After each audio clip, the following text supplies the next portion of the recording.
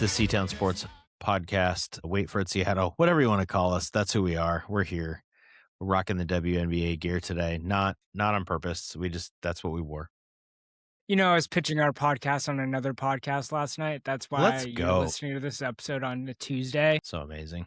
Yeah. So one thing that I learned is we should just tease. Like, I think you did it one episode, but people tend to leave the episode after a minute unless we give them a reason to stay. So what are we talking about today? So funny because people say we're so professional, but maybe we're not. It is episode 95, which we'll get to in a second. But what we're going to do on episode 95 today is we're going to have a leadoff where we're going to talk about the Seahawks schedule. Everyone wants to talk about the NFL. The NFL is king. Then you and I are going to go back and forth just asking questions about some of the hot topics in Seattle sports today. We'll talk about the Storm's tanking efforts. We'll talk about the JP Crawford Twitter discourse, for lack of a better term. Instagram comments.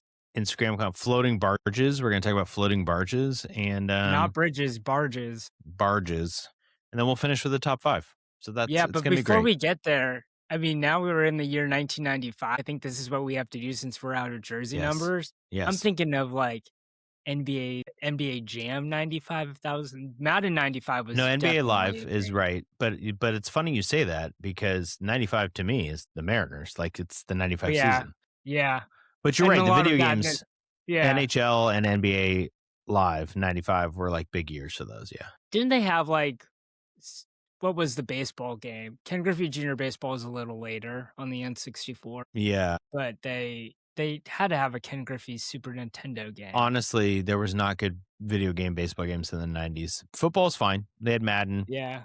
And college football came along later, and NBA was kind of fun. Because even before NBA Live, they had Bulls versus Lakers and Lakers versus Celtics on Sega Genesis. I loved it. Because what you could do, Kev, is you could dribble to the free throw line and then press shoot. And if the guy had a special move, he'd just dunk from the free throw line. It was awesome. That's sick. It's I mean, it was kind of dumb, but it was awesome. Kemp had one. Yep. Tom Chambers had one because there's a famous Tom Chambers dunk where he basically elevates his legs on top of a guy's shoulders. So it looks like he's flying through the air in a way that is not humanly possible. But meanwhile, you know what's not humanly possible is Victor Wembanyama. My God. Thank God the Spurs won tonight. Yep. My youngest son's rooting for the Thunder. Johnson. Does he know? Does your son know that you coached against Mitch Johnson in your lifetime? Yeah, he doesn't care. He likes Shea and he roots for the Thunder. And I think my quote was, "Get out of this house, you traitor." Yeah. He's 12. Are you mad at Shams for leaking the news at the wrong time? Yeah, that was dumb. That was dumb. Why was he went on the people. There it is that he clicked AM instead of PM, because if he clicked PM, it would have been only half an hour before the announcement, or a little bit before. So this has happened to me when I've timed X posts. I've clicked the AM instead of the PM, and so someone gets a notification at 5 a.m. It's supposed to be 5 p.m., but whatever. Anyways, that's interesting. Yeah. I think it's dumb. I think it's dumb for a lot of reasons. This is going to be your leadoff. Your question, this is your leadoff. You're asking me about this. Yeah.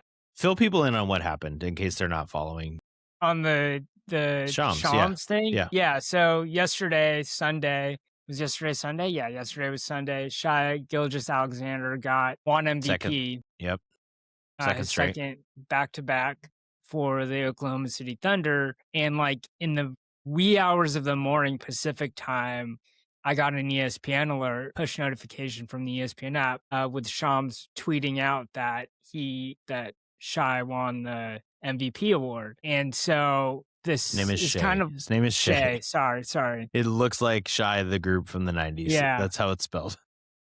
Oh my God, I'm gonna get killed. We can cut it. Anyways, Shai Alexander, he got named MVP, and so Shams broke the news hella early. So the part of the story was Amazon Prime, who paid all this money for coverage and has been showing all the playoff games. And some people don't like it. Although I saw an interesting stat the other day that there's more people with Amazon Prime in their household than TNT in this country. So why are people complaining so much about? It's just new and different, right? And we talked about this before. They had their sound was off for a while, but Prime has good people on coverage. They have Noah Eagle. Like they do a good job, is what I would say. But they had the announcement, and it was supposed to be like this special episode. And the NBA guys on there, I mean, of course they're working on it, but it was like Blake Griffin and Dirk. They were kind of crushing him because it's what I felt like. It just kind of sucks. Not that I was necessarily going to watch it. I just don't like the culture of like, let's expose these things and so it's not as fun anymore. Like, it's not fun to get a push notification or to check Twitter. Like, I think everybody can agree on that. Yeah. It's way more fun to watch the March Madness selection show, right? Yeah. It's more fun to watch. I loved it when they used to like reveal the MLB All-Stars on like a show versus like you see Twitter notifications. Like, who wants to watch that? That's dumb to me. I mean, my biggest relation to this is like, I hear about recruiting news all the time before it breaks. And I think it's very admirable. I think the industry is actually pretty good at this, is that no one spoils it. At least no one spoils it for the kid who should get the spotlight. Totally, right? Like, it's a huge thing for them. It's like a big decision, whatever. Some of the kids don't really care, but like people hold the news. And I think the idea is the same. Like, it's like you're doing it for yourself and you're not doing it for like the person that's making the news. Yeah. So well, I guess in this case, like, does that matter too much to Shea? I don't know. But I think Shams' argument was like, I'm just doing my job. I could counter argue, and we'll see if this plays out. Like, the league doesn't want this. Amazon doesn't want this. They paid up a lot of money for this type of thing. No way does the NBA want just a Twitter release. They want a show with entertainment value. Wait, hold on. So I think what will be interesting to see is he's so plugged in. Like, is there repercussions? Not like he's going to get in trouble, but like, will people stop feeding him things? Will the league purposely leak something to someone else? Will about expansion or something like that? Because like, if I'm Adam Silver, maybe Adam Silver doesn't care that much, but I'm pissed. And I'm like, I'm having a meeting saying we're not giving information to this guy because it's I scratch your back, you scratch mine industry, right? Like, that's all these guys. And he just ruined their ability to have any sort of entertainment value around this announcement, which of course they would want that. Yeah, I was trying to think of like if there's like an ethical because I heard him say that, or I saw that he said that. And in your gut, like, this is what I learned in journalism school, and maybe you learn this too. Like, there's an ethical component to journalism, and like ethics can mean different things to different people. But like, did he do something ethically wrong? Maybe not. But in your gut, he probably knew it probably wasn't a good thing to do. But maybe he's so twisted in the way, like, you have to have this attitude of like, I'm going to break the news no matter what. Like, someone's feelings are going to be hurt. Someone's not going to like what I tweet, whatever. Doesn't matter. I'm going to be first. Yeah. Yeah. And he gets paid really well to be first. I mean, that's what he gets paid. That's what Woj got paid before. And they had the total battle between the two of them. Schefter gets paid. Like, all those guys get paid to be first. Yep. But it sucks. Like, it's just not. I don't know. It's a bigger issue for me. Like, it's just not, it's not enjoyable. It's taking some of the fun out of it. So what is fun and what everybody loves is the NFL. And everybody loves everything about the NFL, Kev, including schedules. The schedule release. Like, you and I, go ahead. Crazy how this thing has become like an event. Like, you fill up the time after the NFL draft, like, then the rookie camp happens. It's like, okay, what's next? This is the next thing. Well, and you say an event, and we were talking about social media. It's certainly an event on social media. Like, everybody's team is trying to one-up each other with schedule release videos. I will say this is one area I don't have the time or want to spend the time, I should say. Of course I have the time. Everybody could lay in bed and scroll. But it's not that interesting to me. The schedule itself is interesting to me. So I wanted to ask you a couple things as my lead off for today. So I was kind of thinking, like, what do you think I'll go with this one first. What do you think the most anticipated game is? And I have 3 nominees. Ready? Okay, I'm ready. Okay. One most anticipated game. I think the 3 possible, I'll give it 4. 4 possible options. Opening night, banner, trophy. Well, they already got the trophy, right? Against the Patriots, rematch of the Super Bowl, right? On a Wednesday because of some debacle of Australia and whatever happened with the Rams and 49ers. So that's one. Second choice, Rams on Christmas night in Seattle. Third choice, Cowboys on Monday Night Football. fourth choice, maybe it's a stretch, but Chiefs on Sunday Night Football. Mahomes probably playing. He might even play to start the year, but by that time he's definitely playing, I feel like. Yeah. What would you pick of those four? What's the most anticipated game? Yeah. If you're a Seahawks fan. I'm gonna do a little process of elimination. So the week 1 game, I think the storylines are gonna unfortunately not a lot about the Seahawks and more about the Mike Vrabel thing. At least like that's what's gonna be in my head. Yeah. But for some weird reason, the media just won't touch the story. And like it's something where that's speaking of September. ethics. Yeah. So that's June, that's interesting. July, August. That's 3 months. There's still more to the story. There's got to be more to the story. There just has to be. I don't know if there's more to it. I mean, yeah. Anyway, I don't want to talk about it either. Yeah, I don't want to talk about it. I don't want to talk about it on our pod either. So there you go. Okay, so what is it? The Monday night? So Monday night Cowboys, Sunday night Chiefs, or Rams on Christmas night. So the Chiefs on Sunday night. That still seems like early like you're in week 7. It's at home. You're gonna have Chris Collinsworth. Like, yeah, it's like, but we've seen Ken Walker's return. Yeah, we've seen that. Yeah, it just both of those games. It'll be fun. The other one was Cowboys Monday night. No, then you have the Rams on Christmas night, which I think that's where you're going. The Rams on Christmas is like the precursor. That is like the playoff start. That like on Christmas basically. Yeah, because they play the Rams two of the last 3. That's the first one. And it's Christmas night. Like I texted my family already, Kevin. I said, I'm sorry. I'm letting you know what I'll be doing Christmas night is watching the Seahawks. Yeah. I mean, I'm not going. I don't want to go necessarily. I mean, if someone had tickets, I'd probably go. Yeah. But it's awesome. You know how happy it makes me? Because I don't know about you. I don't know how your Christmas traditions go, but by Christmas night, we have NBA on or NFL on. We're watching pretty much all day, kind of background. But by the nighttime, like we don't do a huge dinner. We do kind of like a buffet style, just grab and hang out. Yeah. Having the Seahawks on makes it so much better. It's so good. It's going to be, what I like about it is like, in 2 weeks, then they play the Rams again, which it's a weird scheduling quirk, but I kind of like love it because isn't that what happened with the 49ers last year? Yes. No, they opened with the 49ers and lost, and then they played them at the end, but then they played them again in the playoffs. Yeah. So very much could be like a very parallel year, right? Again, where we might end up facing our division rivals again in the playoffs, at least one of them. No, that's what I was thinking about the Rams. And then the Super Bowl is in LA. So they could end up playing in, I'm just saying it's not far-fetched. They could be playing in the Super Bowl for the second year and also own that stadium, which would be really cool. I know I'm getting ahead of myself. No, you're right. It is cool for the Seahawks to have a West Coast. I think that Rams 2 out of 3 plus maybe a playoff game. So playing 3 out of 5 weeks or something, it would be bananas. I think it's definitely the Rams. Like I said, Christmas night, very fun. Let me ask you this second question about the schedule.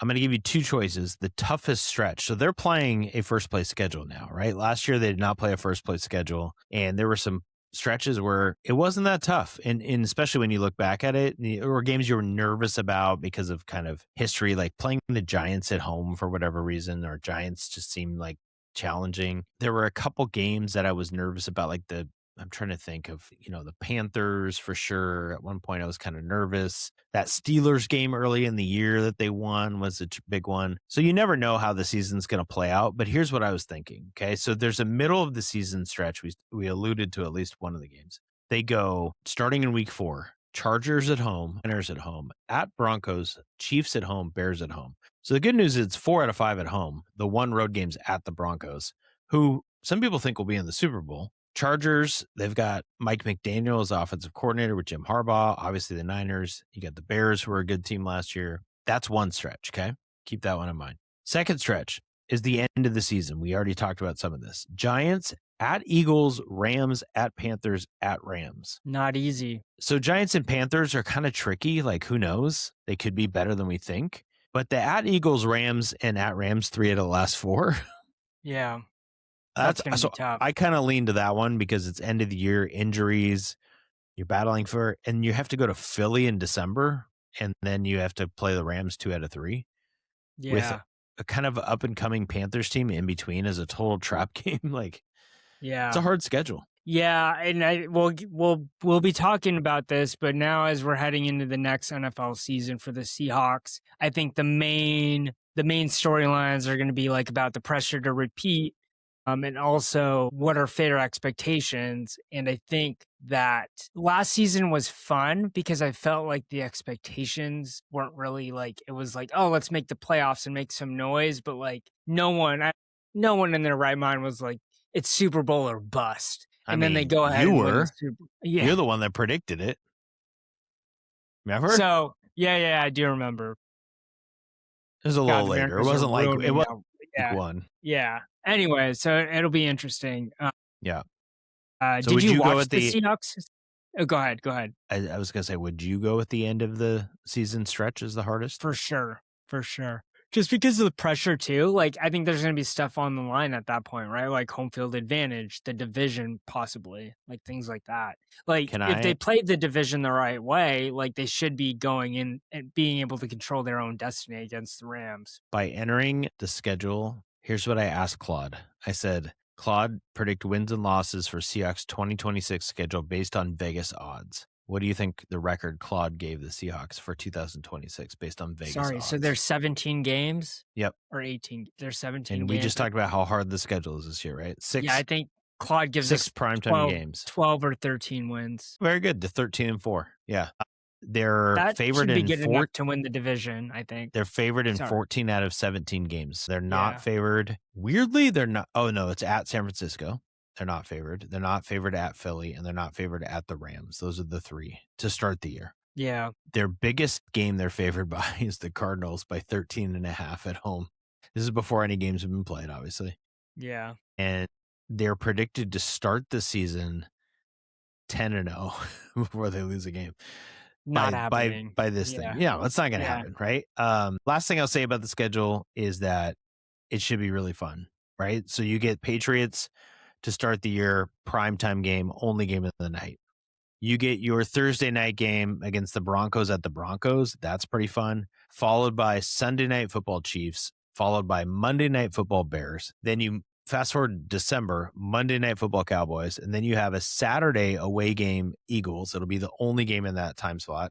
For those of us on a school schedule, it's the first day of Christmas break. It's a Saturday. It's a 2:00 game. It's great. And then Christmas night they play. So they have all these primetime games. It's awesome. I have a question for you. Speaking of primetime, a notable former Seahawks quarterback may be hanging up the cleats and getting in the broadcast booth. Prediction time. If Russell Wilson retires and goes into broadcasting, who is he signing with? Your options are NBC Sunday Night Football, Amazon Prime Thursday Night Football, Monday Night Football with ESPN, ABC, or just ESPN, or your Sunday CBS crew or your Sunday Fox. My God, sorry, I have to break into the podcast. Colt Emerson just hit a home run. My wife just came over here and told us his first major league hit. That's exciting. And his parents are there. Yeah. That's incredible. Amazing. Okay, sorry.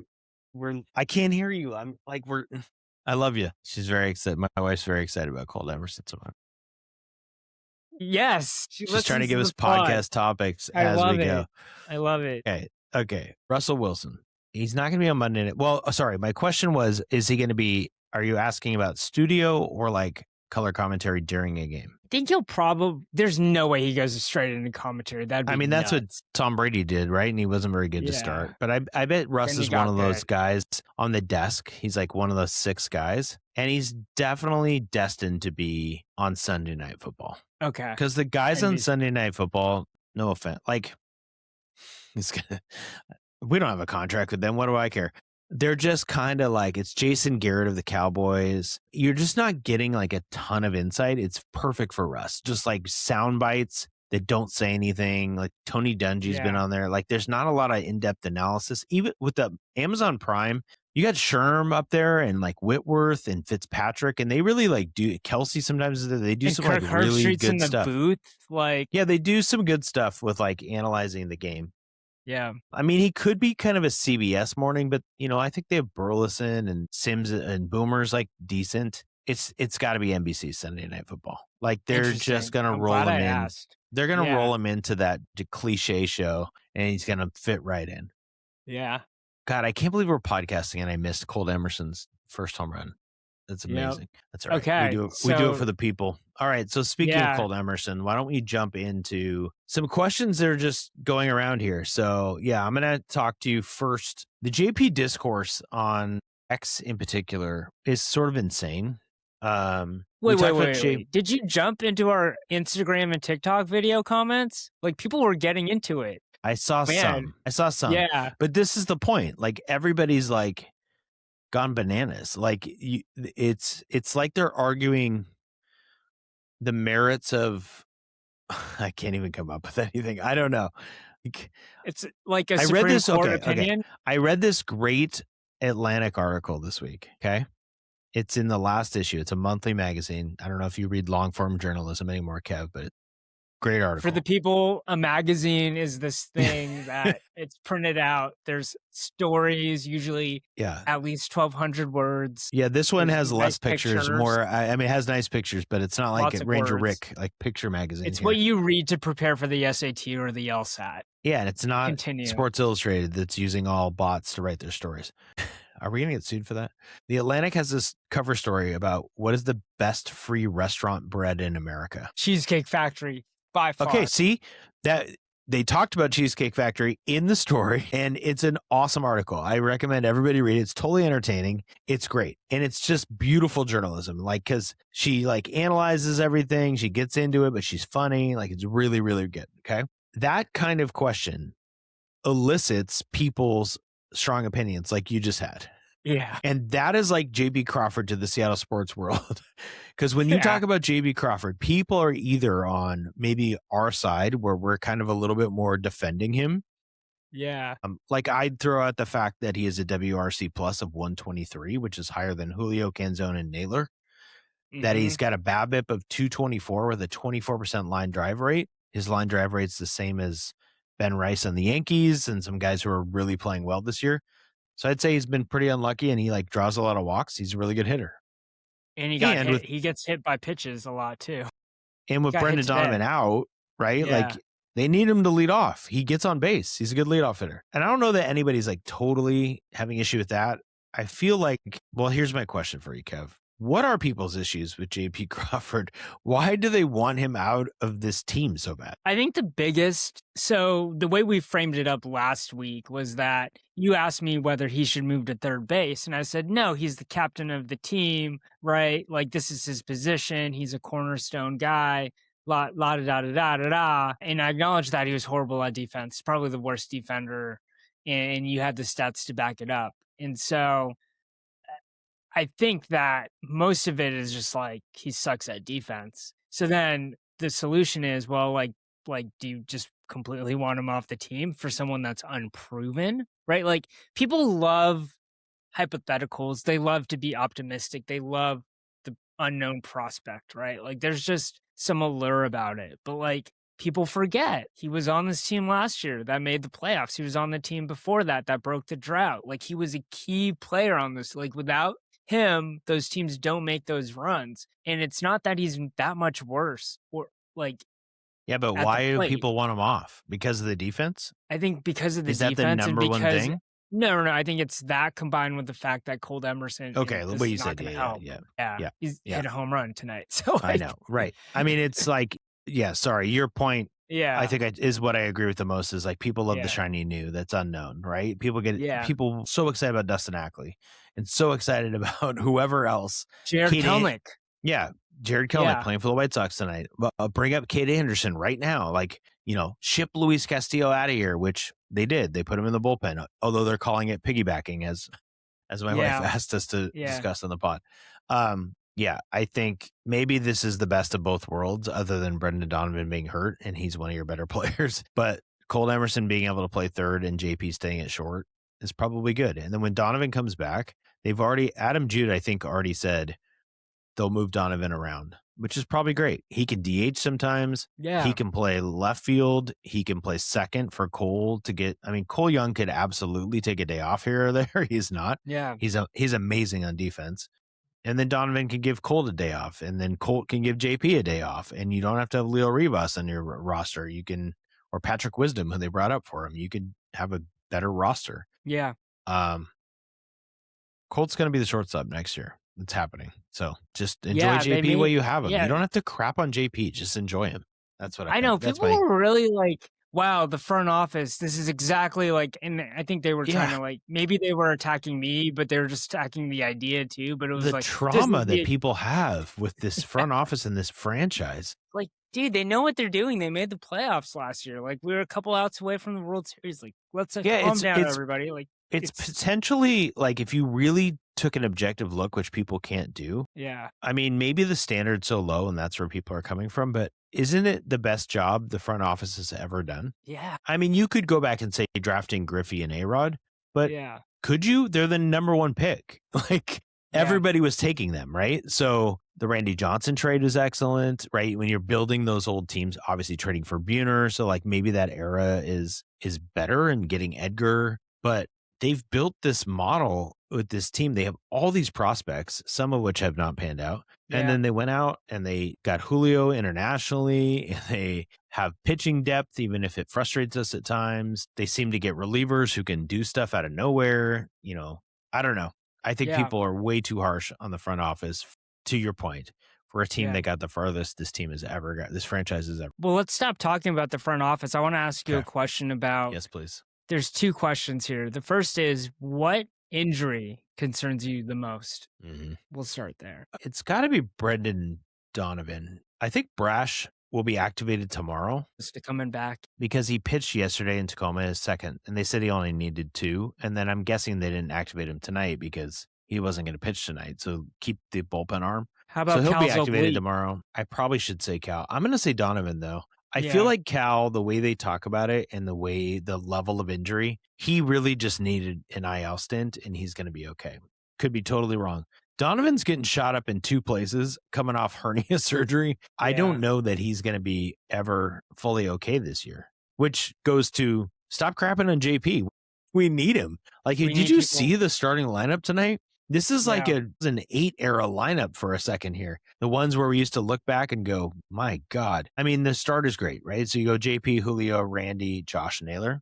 Feeling good. Then it goes Rob Refsnyder, Connor Joe.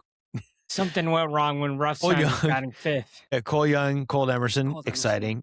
And then Johnny Pereda. I think his name's Johnny. It's my guy. Yeah, Johnny Pereda. I love that guy, the catcher. He's awesome. Okay, and then who's out of the people that are, quote, underperforming, who's the most worrisome for you at this point? Cal. Pitchers or hitters? Cal. It's Cal. Me too. It's Cal for me. Yeah. And, Do you think it's he related hits, to your first question, but yeah. So like the floor for him would be probably a 20+ home run season at this point, hitting 200, right? Which is horrible, right? That's the floor. Do we agree? Like he'll at least get there. Probably, right? Yeah, I think he will. Unless he tries to come back and he has a longer injury. I mean, injuries aside, right? So better would be like around 250 with 30 home runs. Like we could stomach that. I would take that. And that's so funny because at the start of the year, we're like, that's the floor. Yeah. You know, it was that. So that's probably his ceiling for this year, which is crazy. And what a different year. I know. It's a bummer, but that's all right. We'll just hope Cal's healthy when he comes back. And he's obviously not healthy because he's way behind on the fastball. Harold Reynolds talked about it on MLB Network. I mean, it's a problem. Okay, I have a question for you. So the World Cup's coming up. We're getting closer and closer. And last week, there was an announcement that Pier 62 is going to have a floating stadium, for lack of a better term, interactive soccer experiences, and a giant LED screen to show World Cup matches. And if you're wondering where Pier 62 is, it's past the Seattle Aquarium. So it's that next pier it's not over. Like by the stadiums. I mean, you could walk there. Actually, that's not that far, I guess. But it's all part of these. They keep announcing separately, like fan experience things. Pioneer Square apparently is going to be like a big beer garden. I was reading an article today with new bathrooms, automatic. Some amazing bathrooms. Expensive bathrooms. We won't get into politics, but expensive bathrooms. Expensive bathrooms. Let's make sure the West Seattle Light Rail comes, but we'll talk about that at a different time. They did say, like, I guess I know the World Cup's a major thing. they were talking about all these streets that are going to be shut down and don't drive to the game. And like, I always just drive and park south. I really think I can't. I think it's going to be insane down there, but we'll find out. Maybe they're just trying to scare us. That's not my question. My question is, Kev, what do you want a floating barge for? To say that you had a floating barge. No. You got to come up with something. So like in this case, we're watching World Cup matches. We're kind of playing around on a pitch. We're having fun. But like, what would you want it for? It doesn't have to be for me. Oh, it could be you. It could be to watch something. Like, would you want a Super Bowl party there? Would you want a March Madness party with stadium seating? Would you want a kid's birthday party? Like, do you want your birthday party? What do you want a floating barge for? And what's it going to look like? Yeah, dude, we'd have problem with the condensation issue. But have you seen those NCAA games on like the military ships? Yeah. Like it'd be cool to have like a 3-on-3 like outdoor charity event that you can play in. I'd play in it. Yeah. But like, there we go. You'd feature like actually in Seattle, you could get the Seattle basketball community to show out.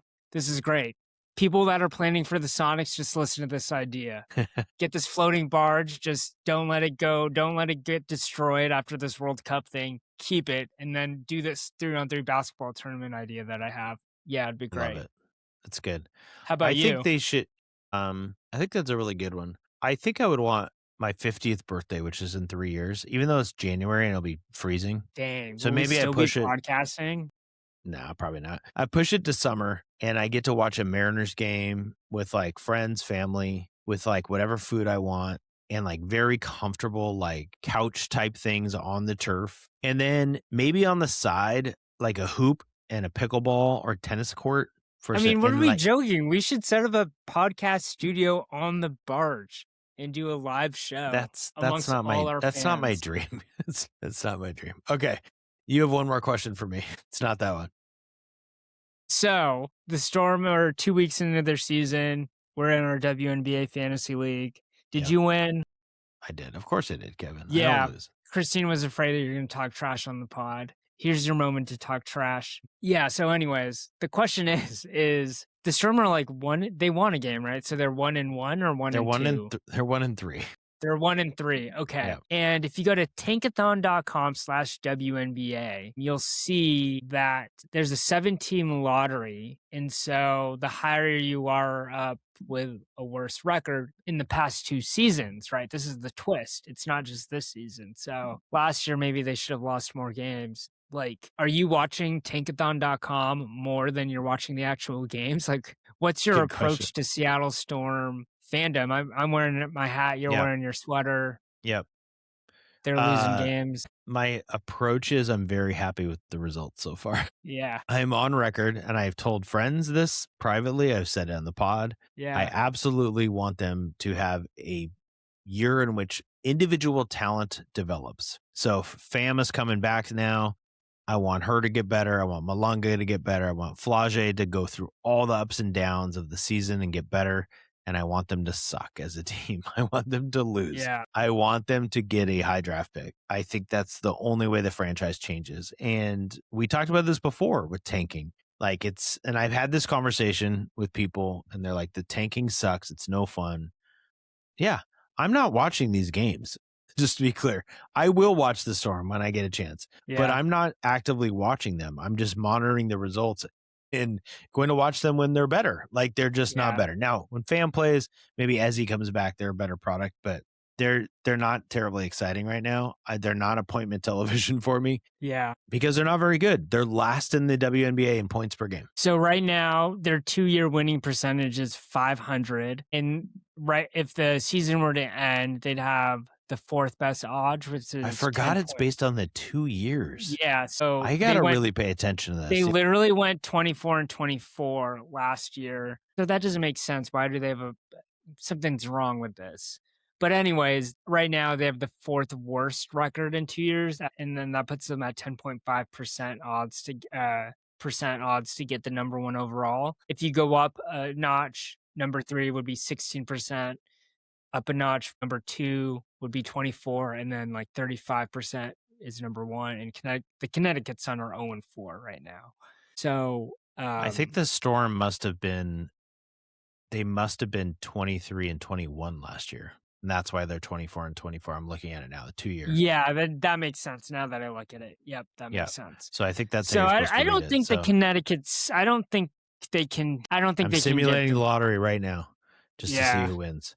Connecticut number 1, Storm number 2 from simulating the lottery. I would take it. I'm gonna simulate it again. I clicked it and the Storm got number 3. 4 is bad. We don't want 4. Remember, we want top 3. 4 again. 2, 4. Dang it. So we 3 basically need to have this segment every episode where we go into where we monitor the tankathon. Yeah. Odds. I like this. Okay, so this is what we're rooting for. And if you're not on board, I get it. But it's a short-term gain that you want. You want like entertaining, better basketball now for what? So that they can barely make the playoffs. That's not even going to happen this year. They don't even think they're going to make the playoffs. They want a high draft pick. Hopefully Juju comes out, Hannah Hidalgo, Madison Booker. Those 3 players are game changers, in my opinion. It changes the face of the franchise. It changes the direction of the franchise. That's what you're rooting for if you're a Storm fan this year. And to be clear, I had this conversation with my friend Claire. You can root for the team in a game, very short term, and just be like, I want them to win this game. And then be totally okay when they lose. And I think that's where I stand. Versus my reaction when the Mariners lose a May game is not healthy. Yeah, you're like the dudes that comment on our TikToks and stuff. No, like, stop it. Passionately. Stop it. Although I sometimes defend you on the TikTok. And then you like all of my comments. I'm 0-4 at Mariners games, Kev. No. I've gone to 4 games. I'm 0-4. Yeah, I was going to ask you about that, but you went to the Emerson debut, Sunday. But when you did you know at that point that he was going to debut? No, I had tickets already.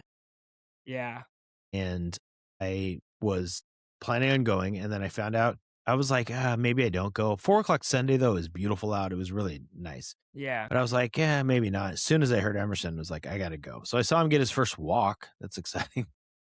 I did not see him get a run. They're 13-14 this season at home, Kev. And I'm 0-4. Like, what are the odds of that? Do you think Claude can tell me that answer? I'm looking it up. See the power of AI. If I ask it, if a team is 13-14 at home, what are the chances that I will be 0-4 going to games? Let's see what it says. Ready? It's riveting. I'm waiting. Everybody's tuning in for this. Oh, it's higher than I thought. 7.2% possibility. 1 in 14 chance.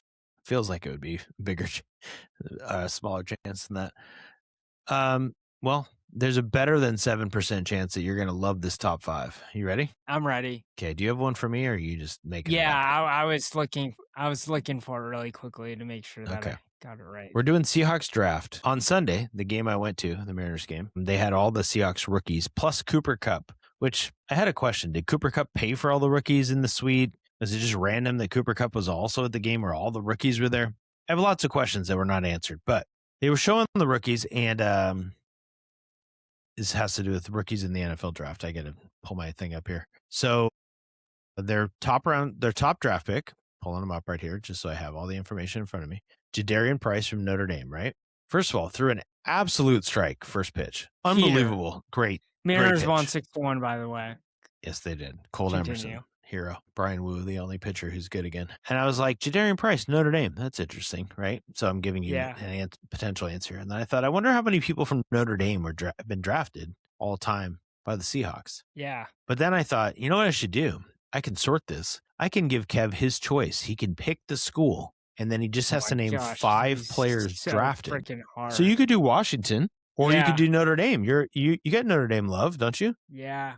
But I'd only be able to get 2 out of Notre Dame. Really? You could do more than that, I think. Guys that the Seahawks drafted, not that they just ended up on the team. Yep, they had drafted. Yeah. Pick a college. Any college you want. Let's go with Washington. All right, University of Washington. We'll keep it local. You need 5 players. Do you want me to tell you how many there are? Yeah. So you know. Okay, hold on. I got to count. 12 total in the history of the Seahawks have been drafted. I don't know if you chose the right school, but good luck to you. Yeah. Now I'm like, damn. Some of these names are tough. Like Notre Dame, actually, the players are way more famous. Yeah, Notre Dame, it would have been like John Carlson. See? Jadarian Price, there's 2. Jadarian Price, that's 2. But then I wouldn't have gotten the 3. You could totally get another one. We're doing Notre Dame. You're already there. You get 2. Okay, I got 2. People are screaming Super Bowl Top Golden Pot Donuts. Yeah, thank you. Golden Tate, that's 3. That's 3. And then there's one that I've talked about that you don't know. We had this whole thing on the pod, and I was like, he's a top rookie quarterback, and you're like, what? I've never heard of that person. And I'm like, he was the number 2 overall pick in the draft. No, I'm not going to get him. I forgot him again. Rick Meyer. Yeah, that's a big one. Like most people, at least my age, know Rick Meyer. So we're looking for one more. There's another guy on the current roster who went to Notre Dame. He had a sack in the Super Bowl. I think it was his first sack of the year, and it was in the Super Bowl. Yeah, I'm not going to get it. Really? People are really getting mad now. Listen. Yeah. Riley Mills. Yeah. I wouldn't have got that. You really sucked at this. Okay, so here are other ones. Give me the rest. So Steve Niehaus, this is old, 1970. This is good trivia, man. But Steve Niehaus was the number 2 overall pick. So Rick Meyer and him, number 2 overall picks, both Notre Dame. That's interesting. No? Not that interesting to you? No. Anybody left? Is there anybody left? Do you know Andy Heck, tackle? No. He ended up going to the Bears after the Seahawks. Number 15 overall pick. He was supposed to be like the starting left tackle for years and years and years. Yeah. And they ended up going to the Bears later. I think he left in free agency. But he was a big-time draft pick. The other one people probably know, but I don't think I remember that he played there, was C.J. Prosise went to Notre Dame. Did you know that? Good. Yeah, I did know that. If I had to guess where C.J. Prosise went to school, I absolutely would have said Georgia Tech. Not sure why, but it's just like felt like a Georgia Tech guy. Well, gold helmets probably got you. Maybe. Give me 2 Washington players real quick. Yeah, Jeremy Stevens. Yeah. Yep. Brock Huard. Brock Huard. There you go. You could keep going. You got 2 more in you. You got 3 more in you. Actually, you probably don't. Did I already say Jermaine Kearse? He did not get drafted. He was an undrafted free agent. Yeah, I know. Yeah. There's 2 more recent ones that you will know because of how much you love the Huskies, but maybe hard to figure out. They were drafted by them? Tight end. There's another tight end. Yeah. God, what's his name? He's still playing in the league. He's not on the Seahawks anymore. It's not Drew Sample. Nope. It's kind of like that. It's like they're all these 6'5" guys from like Yelm or like Tumwater. Will Dissly. Sorry, Will. It's okay. How about Ben Burr-Kirven? Yeah, he's a linebacker. Drafted by the Seahawks. Yeah. That's special. And then the other ones that people would probably know the names, but Michael Jackson, linebacker. 3rd-round pick in 1979. He was a good player. Joe Steele, who we've talked about in the podcast, Bishop Blanchett grad, drafted by the Seahawks. And then probably the other one, Chico Fraley from the 92 team. Yeah, one got that. Yeah. Yeah. They also drafted Chris Rongen, who was a guard from the 92 draft, but I don't remember Chris Rongen. I don't know if he was the other guard on that really good team, but there you go. So I have the top 5. Yep. And this was precipitated by me kind of following the coverage of the sessions, as they're called, like the open recruiting basketball sessions. There's like 4 of them. Oh, geez. And so there's like pictures of coaches on the sideline wearing their polos, watching the kids. Yeah. And the way the recruiting rules work, you're only supposed to evaluate. So you can't like go and talk to a kid and say, hey, good game. You can't do that.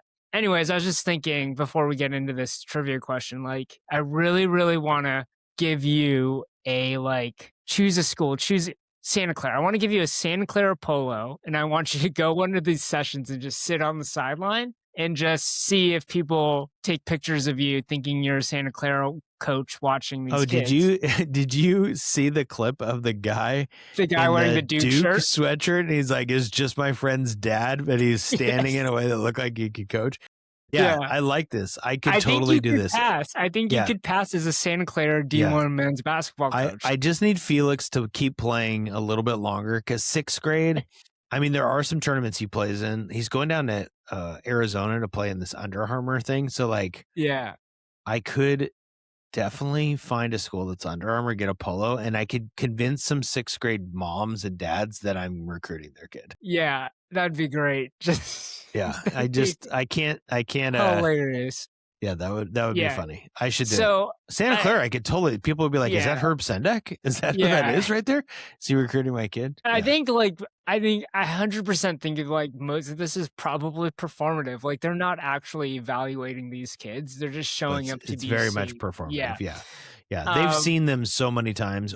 Yeah. You know, well, the top kids, right? I will say this, Kev. I've heard plenty of stories. You got to get a little bit lower than the mid-major of Santa Clara. Yeah. You know, we're talking about teams that truly need to recruit diamonds in the rough to compete, and there are coaches who find that guy. They find like the third, fourth option that end up being really good. Yes. Somebody who like you went to watch somebody else, or you just went to a game because you knew this AAU program is good. Yeah. And you found a kid that you're like, that kid's really good. You hear those stories all the time, and I think it's legit. Yeah. You hear it in football too, where there was a recent recruit. They were watching a committed guy, Jed Fish was, and then they saw a receiver that he was like, did we even offer this guy? And they're like, yeah, we offered him however many times ago, but like really hasn't shown interest back. He was like, we need to get this kid too. And then they ended up committing. I can't remember for the life of me who that was, but like that happens all the time. Anyways, so it got me thinking, like, so you see like these like assistant coaches, and then you see like Tom Izzo just like on the sideline, like, oh my God, I can't believe he's still doing this. Anyways, my question for you is active coaches with the most wins in D1. Wait, not history, active. Well, active. Well, like, yeah, so we're taking Wood now, we're taking Krzyzewski out. Yeah, I'll just give you the top two. They're out. Coach K and Boeheim out. Or is Boeheim still coaching? Did I just give you one? He's out. Okay, that's what I thought. That was retired. Okay, number 3 is active. Bill Self? No, but Bill Self, He's not in the top 5 of active coaches? Let's see. 1, 2, 3, 4. He's 4. So you got Bill Self. You hit. Tom Izzo? No, he's outside. Bill Self has 5 more wins than Tom Izzo. Bill Self has 855. Izzo has 764. Mark Few has 773. Well, you just gave me one that I would have guessed maybe. No. I don't think I would have guessed.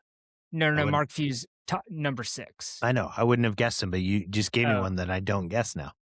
Oh, okay.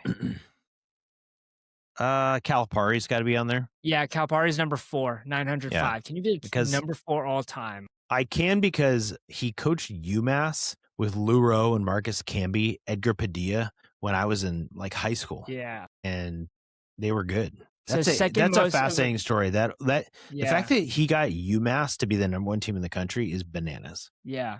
Okay. So second most active, 4th all time. So there's someone above him that's active that you haven't hit. Yeah, this is weird because there's somebody I'm like. And he coached someone really good from the Seattle area that you coached against. Okay, just slow down. Who ironically is coaching right now. Just slow down, okay? Okay. I don't even know what you're trying to say. Very confused by that riddle. You coached against this player that was coached by this coach. There's so many guys. I don't know. I'm such a legend in the Seattle sports community. I was there. For these games. Okay. Relax. I'm trying to help you. I know. I don't like it. How about Rick Barnes? That's not the answer you're looking for, but yes, he's there. He's number 1, 2, 3. He's the 3rd most active, so he's just above Bill Self. He has 5 more wins than Bill Self. So you've hit Calipari, you've hit Barnes, you've hit Self. That's 3. And you're trying to give me some hint about a guy that I coached against who this guy coached. Yes. Whatever that means. Yeah. I mean, if I tell you who the player, you'll get it right away. It's one of those. So we can go away from that, and I can give you a hint for the last person. No, I have an idea of who the other one would be, but I don't know if he's certainly coached long enough. I'm just going to do it. Kelvin Sampson. No, but it's not completely off because he's below Izzo.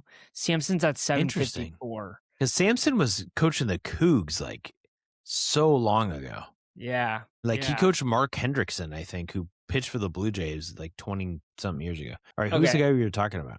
I'll give you, Or give me a hint, and I'll see if I can. I'll give you a hint. So I was Peyton Siva's coach in college. It's funny you said that because I'm like, I don't even remember who Peyton Siva's coach was in college. I can't remember it. Yeah, he just coached St. John's to the tournament this year. Rick Pitino. Yeah. That's the one I couldn't. It could not. Yeah. He was not entering my head. He was not entering my head at all. Third all time. That's an easy one. He was at Providence way back in the day. Obviously, Kentucky, Louisville. Yeah. All right, and so the last person is actually coaching at Oregon right now. Dana Altman. Dana Altman. He has never would have gotten 792 wins. So Dana Altman has more wins than Kelvin Sampson. He has more than Mark Few. He has more than Izzo. He has more than Tarkanian. Well, Tarkanian was a shorter stint, but yeah, that's wild. Yeah. Where's Danny Sprinkle? Let's see. He's not on the list. That was a joke. Poor Danny Sprinkle. Got to get a roster together, buddy. Season's coming. Yeah. Got to find some guys. Got to go find some more Brazilians. And maybe if they come, you never even know. You don't even know if they're coming, Kev. Yeah. We don't even know if they're coming. Well, I'll tell you where we'll be.